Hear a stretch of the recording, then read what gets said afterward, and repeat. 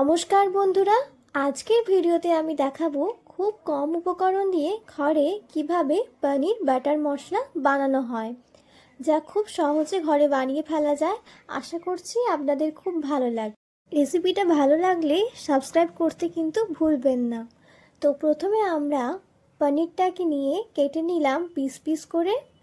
আচ্ছা, এই পনির রেসিপিটা বানাতে কিন্তু আমরা কোনো রকম বাজারের কেনা মশলা অর্থাৎ পনির বাটার মশলার যে মশলাগুলো পাওয়া যায় ওইগুলো কিন্তু ব্যবহার করব না।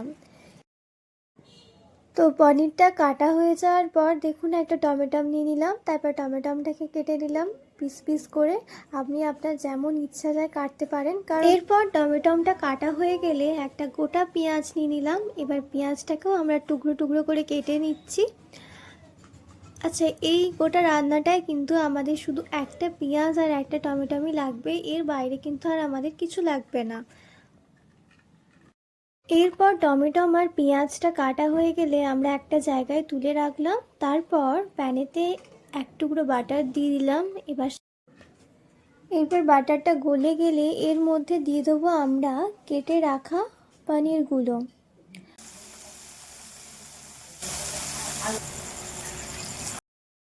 দেখুন পনিরগুলো এরকম হালকা ব্রাউন হয়ে এলে এবার আমরা পনিরগুলো একটা জায়গায় তুলে রাখবো।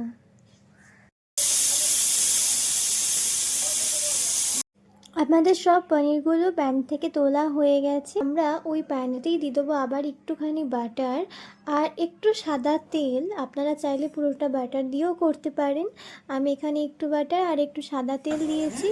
এরপরে তেল আর বাটারটা গরম হয়ে গেলে ওর মধ্যে দিয়ে দেব কেটে রাখা পেঁয়াজগুলো।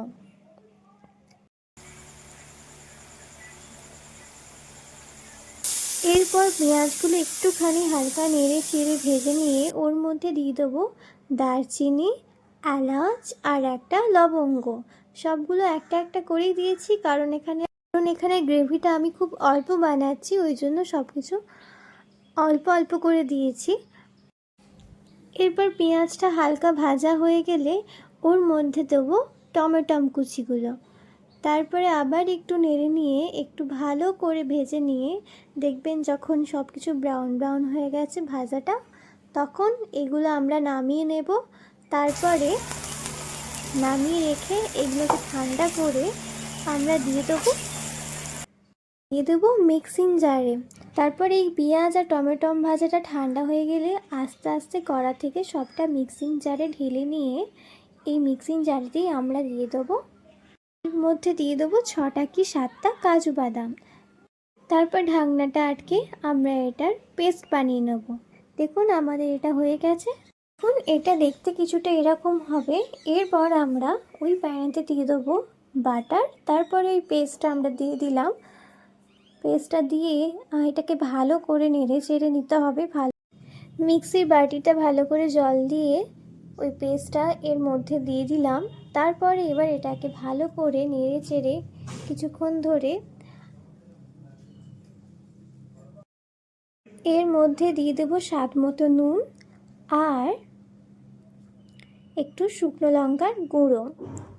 তারপর এগুলোকে ভালো করে মিশিয়ে নিয়ে কিছুক্ষণ একদম লো ফ্লেমে দিয়ে কিছুক্ষণ রেখে দেব।